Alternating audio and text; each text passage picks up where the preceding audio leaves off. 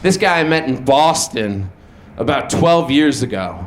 And he's a great comic. Please welcome him to the stage right now. Welcome to the stage, your next comic, ladies and gentlemen, James Patterson. Everybody. James! How's it going, everybody? Good. I don't live in New York, and I just got back to this neighborhood for the first. I was walking over here, and for a split second on the street, I thought I saw my ex-girlfriend. And when I got a little closer, it turned out to be a homeless guy. I don't have a joke for it yet. I just can't wait to tell her.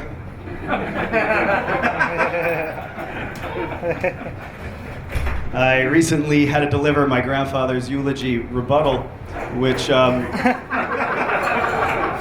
told not every family does. But we try to treat funerals like the State of the Union. You know, it's just propaganda if the other side doesn't get to talk. So when I was a little kid, my neighbor and I designed and built our own parachutes. And in order to test them, we jumped off the roof of my house. I broke my leg. My neighbor broke both of his, proving mine to be the superior design. I believe on the strength of my parachute experiment, one summer my parents sent me to science camp. It was science camp, so we weren't allowed to believe in things like ghosts. We told low probability event stories around the campfire. Growing up, we had a panic room in our house. It was whichever room my mother was in. I think adult braces are the queen in the chess game of letting your parents know they didn't do a very good job.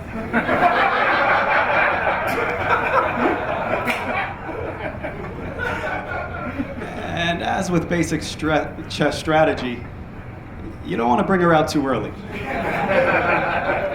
Keep her back until you're 48, 49, show up at the family reunion, food stuck in your braces. You're making everybody in the family sick. They're giving your parents dirty looks. Checkmate, Mom and Dad. I bought my first fish tank on the first day of the second war in Iraq. Pure historical coincidence. It really did change the way I looked at that war. I would never go so far as to say it made me sympathize with Saddam Hussein, but it really did teach the invaluable lesson in life that it's hard to be in charge of things. You know, you have competing Shiite and Sunni interests, the Kurds in the north, international sanctions, and I want to make it perfectly clear, I'm not talking about a fish bowl, tank, pumps, filters, chemicals, things that require leadership. And if the way you end up really relating to dictators is that I know in my heart I was doing what I thought was best for those fish. But from their perspective, I'm the worst mass murderer that's ever lived.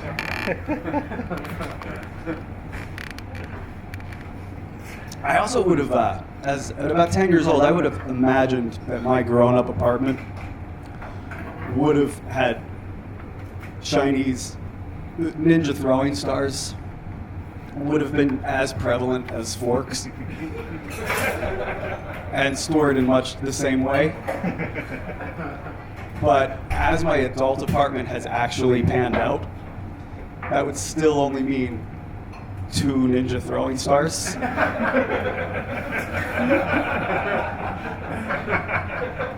One pretty good one, one not so good one.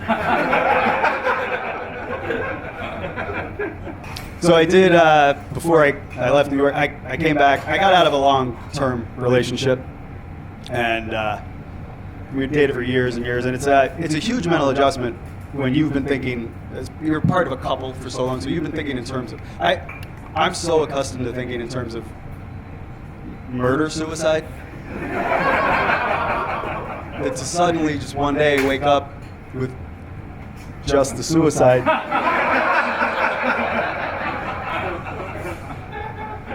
you really find yourself missing the murder. And now I'm going on a lot of horrible first dates. I was out the other night with this woman, and we were in like a hip, trendy restaurant, and it was going all right. And when the waiter came and put the food down, she looked down at her plate, and for about 45 solid seconds, she prayed over her meal. And I'm not religious, but I think as long as you're a good-looking woman, you can do wacky things in restaurants. And I think what threw me off, it wasn't the praying so much, but it was that she prayed over the main course, but she hadn't prayed over the appetizer. These are the things that interest me about religious people. I don't really care what they think, just how they think. Like, she dove into the chips and guacamole as though Darwinian selection were all the explanation she needed. But for some reason, fish tacos brought her to her knees. I'm not a theologian, but